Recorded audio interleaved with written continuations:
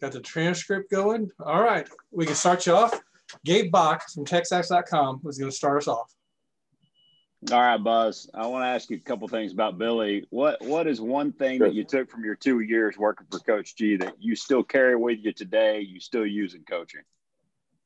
Wake up real early, try really, really hard, and then do it again the next day. Play hard, play smart, play together, right?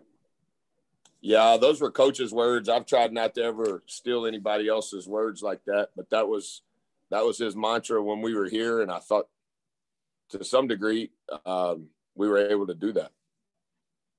Do you talk to your players going into this game about who Billy is, his history here, your history with him?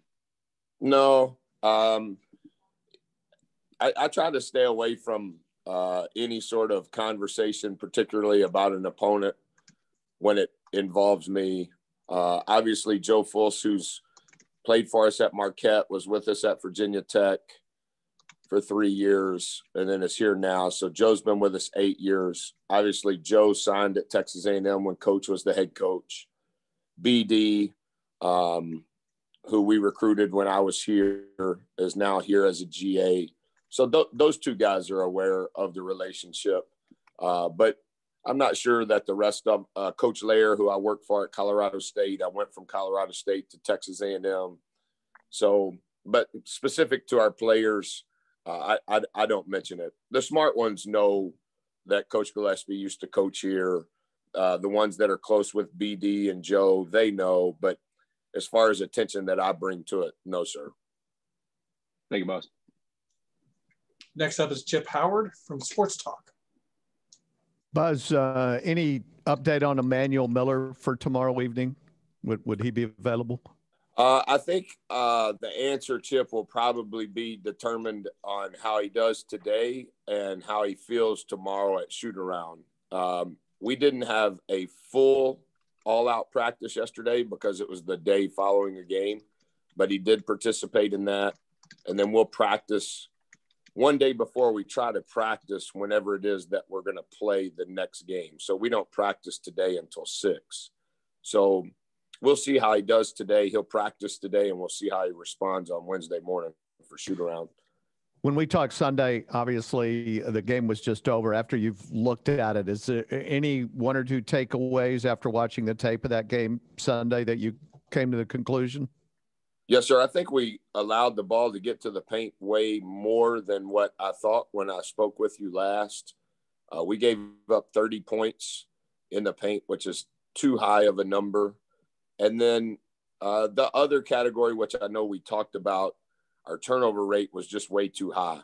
And so we need to grow in both of those areas tomorrow, and that will be a different challenge against Coach's team. But we can't allow the ball to get to the paint at the rate that it did against New Orleans. And then obviously we can't give them the ball. Tarleton forced 38 turnovers in their game last Wednesday. So we'll need to do a better job taking care of it. I think maybe Billy's ideal game would be 39-38 with the hand-to-hand combat the whole game. How do you kind of change that narrative? I think how Coach wants to coach and how he wants to play, that's how his team is going to perform on both ends of the floor. They're going to run 2-game offensively. Defensively, they're going to contest every dribble, every pass. They're going to play incredibly hard and give all effort, or they won't play. And that's how he coached at Kentucky. That's how he coached at UTEP. That's how he coached at Ranger. That's how he coached at Texas Tech. That's who Coach is, and whoever is going to play for him, that's how they're going to perform, or they won't play. Thank you. Next up is Travis Brown from the Bryan College Station Eagle. And just a reminder, if you have a question, send me a message, private message. Hey, Coach. Remembering back from your introductory press conference, I know you mentioned that you gave Coach Gillespie a call after you took the job. Why make the call, and what did that call mean to you? I wanted to call Coach. I was on the way from Blacksburg to the to the airport, I had a list of people that I called: Coach Orr, who I work for at Navarro, Coach G. I thought it was important to call Coach, obviously, because of our tenure here and our relationship before he hired me and even after he hired me. And so I didn't, as many people, obviously, when that sort of stuff is brewing, it's hard to control it, so to say. It moves really fast. And so I just wanted to call those that have been a very integral part of my career. Obviously, some of them are still on our staff, but yeah, it was circle of life or whatever the words would be. You know, I never envisioned that I would be a college coach, much less be a college coach somewhere where I had worked before. So it was not a long call. There's no long calls with Coach, but he has been super to me in every possible way since I've been here. But he's been that way to me my entire career. Yeah, and that's kind of my follow-up is how frequently after you left A&M were you still in contact with him, still pick his brain about basketball and life and whatnot? Yeah, I would say, Travis, probably I left here in June of 2006. And, when I was an assistant at Marquette, we played Kentucky in the NCAA tournament, which would have been 2007, 2008.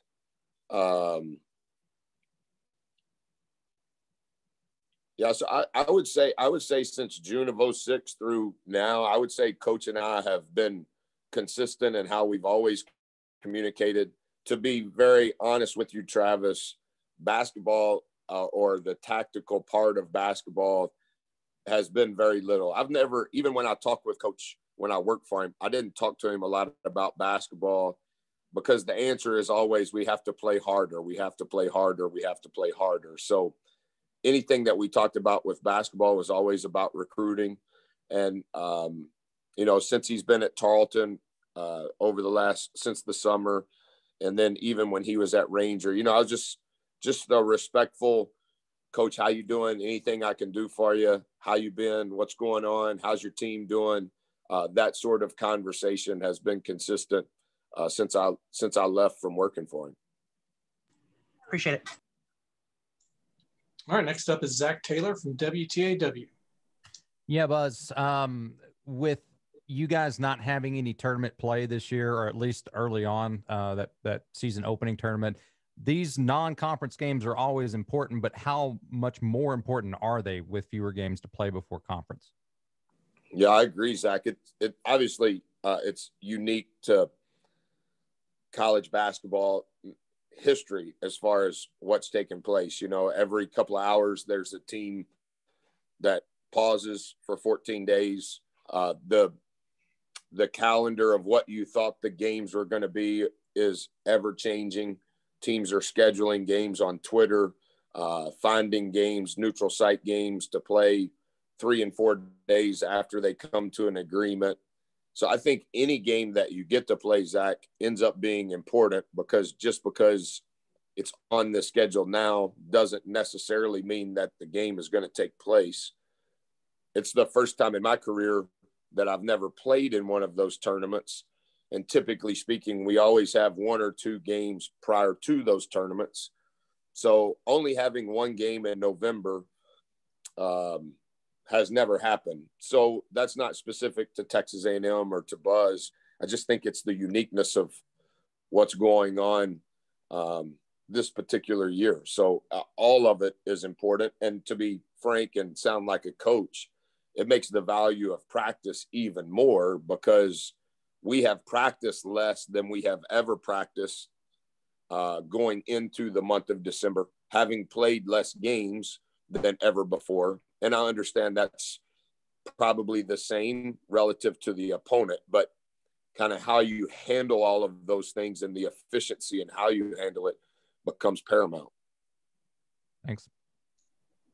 All right, next up is John Wilson from KBTX, and then Andrew. Coach, have you thought about what it'll be like when you are on your bench and you look down on the other end and Coach Gillespie is on the other bench going against him with everything that you guys have been through together? Probably not, to be honest. you know, I've tried not to ever play anybody that I have a great relationship with. We played Johnny Estelle, who I used to work with in an exhibition last year because they're a part of the Texas A&M system. That was the initial part of how this transpired in playing Tarleton. Obviously, I used to work at New Orleans and am very close with the coach at New Orleans. The reason that game was able to be scheduled was because of our relationship after having to pull out of South Dakota. So categorically, though, John, I've always tried to stay away from competing against those that I have relationships with. We played Troy last year. It was already scheduled, and there was a contract on it before I was hired. Scott Cross was the first player I ever recruited as a college coach. So I haven't thought about it. I know they'll play as hard as any team in the country. I know every possession will be monumental on both ends of the floor relative to how those kids have been prepared to play. I think that it's all of us, the fans, those that are able to come, I think they'll all be happy to see Coach relative to what he gave the program and what transpired not only when he was here, but when he left, what was able to take place, which was, in my opinion, some of the residue of what he did during his time here. And so I think the last time Coach coached here would have been, I think that would have been in 2012 when he was the coach at Tech, would be my guess.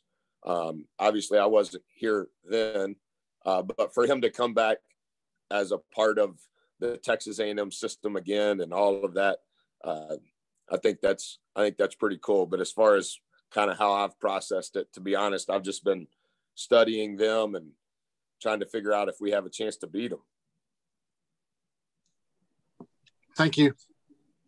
Yes, sir. All right, next up is Andrew Hattersley from Gig'em 247. Hey, Coach, I was just wondering, looking at Savion Flagg, as you've got to coach him over the past year, where do you feel like he's grown as a player outside of just scoring the ball, but in the other areas of his game? I think where he's improved is his mentality and how he approaches his work. I think he's a lot more serious about his craft. I think he understands the value of a possession more than he ever has. His body has dramatically changed. He was probably the best in our program in regards to handling his body during the pandemic while we were not around one another. You know, he's as lean as he has ever been as a college athlete. And I think that, along with how his mentality has continued to change in the right direction, in my opinion, the combination of those two will allow him to be effective in a lot of ways. Took 3 charges on Sunday, had 6 offensive rebounds, a career high. So very, very encouraging, because I think his mentality allows him to be successful in a lot of different categories. And then just for some newcomers, given that you didn't have any scrimmages or any, games against other opponents before Sunday, is there going to be kind of a learning curve for some of those newcomers learning to play underneath you? And how do you kind of maybe speed up that process, or how beneficial could it be for them to, to see the film from Sunday and move forward? Well, just like it would be, Andrew, for any freshman, every day is a brand new day. For this group of freshmen, not just at Texas A&M, but everywhere, there's been some days that were skipped because of what we're going through. Obviously, these particular kids don't know they've skipped those steps because they've never been here before. And so I do agree with the intent of your question. Like, we've had to try to find ways to be creative in how we can help teach them so that they can have quicker traction in what we're asking of them. Similar to the question earlier, they're going to play less games than any freshmen have ever played, for sure, which means there's practices. And like you're saying, typically speaking, you have 2 exhibitions or 2 scrimmages, and then you have, normally you're going to play 6 to 7 games in November, and we played 1. And so we've tried to find ways as a staff, not just me, I've been involved in it, but how can we help them in different ways? What is it that I can help them with in texting, in watching tape, in Zooming with them specific to this category of their game? And how can we assign certain categories to each assistant? I don't know if we've handled it right because all of this is new to everyone, but we have tried to attack that issue, I think, thus far in an effective way. But you're right, and 1,000% right in what you're saying. Thanks, Coach. All right, we got a couple more questions on the queue. We'll go to Mike Lucas from KAGS and then finish with Travis Brown. Hey, Coach, you've mentioned a couple times how hard Tarleton State is going to play. So how do you get your team ready to play against a team that's going to go, 150% on every possession from start to finish? I think it's good, right? Like that's what every coach wants. And so I think to be able to compete against someone who plays at that level with that intensity, it's a good barometer to see where you are at. And I think our kids will recognize that from the very beginning. Are we under, are we matching, or are we superseding their effort? And I think you'll be able to diagnose that. They'll be able to diagnose that in real time. So I think it's always a barometer of where you're at anytime you play against a team whose coach demands what Coach Gillespie does. I think it's not in a diminished way, in a very respectful way. I think it's a good barometer for where you're at. And going off that, does that make this kind of the, maybe not ideal, but a high quality non-conference early season opponent to get a feel of where your team is in that regard? I think coaches' teams have always been in the upper echelon relative to effort, no matter where he's been. Even the team at UTEP that won 4 games, it wasn't due to their effort. I just think that's who Coach is. That's how he coaches. That's how they practice. And that's what he's literally made his career off of. And so I think in that regard, anytime you have an opportunity to compete against someone who is excellent in any category, particularly in giving their best on both ends of the floor every possession, I think that's a good thing. Thank you. All right, we'll finish up with Travis Brown from the Bryan College Station Eagle. Yeah, Coach. I know with asking earlier about how non-conference changed in this COVID year, how is the formation of your rotation and the way that you kind of figured that out changed this year, and how do you use these non-conference games to kind of figure that out? I know you used like 10 or 11 guys, I think, in Sunday's game. Well, you don't have as many reps, and there's no way around that, Travis. And so I don't know that that's necessarily fair to each of the kids, because there's less games, so there's going to be less reps, which means there's less of an opportunity to figure out a variety of different groupings. We went to small ball earlier than I anticipated we would because of foul trouble and lack of productivity at the 5 spot. And I thought that the small ball group was effective. But I do think every coach is probably struggling with how to best answer that question that you just had, because it's just less games. And so you got to kind of hurry up and figure it out, which makes the value of the reps that they are getting in the games, even though they are less, they kind of end up, it's like a AP honors class. It's weighted more. And so you have to make decisions based on less reps. And so that's what I was telling Jackson Robinson, maybe with 2.5 minutes, I guess it was the last timeout of the game, the last media timeout. I was telling Jackson, like, Jackson, these reps are really, really important for you. But the same could be said for any other player, particularly new player, regardless of when they play, because there's going to be the volume is going to be less than ever before. And then as a fellow North Texas guy myself, I have to ask what's going on with the Blue Jays hat? Well, so it's a long story. I have a very rhythmic routine in the weight room and on the treadmill, and I forgot my hat this morning. And so all of my hats are in the trunk of my car. And so one of our office workers was in the front of the office when I got off the treadmill, and I said, hey, can you go get your favorite hat out of my truck? I would just like to have a royal blue one because I'm wearing blue shorts.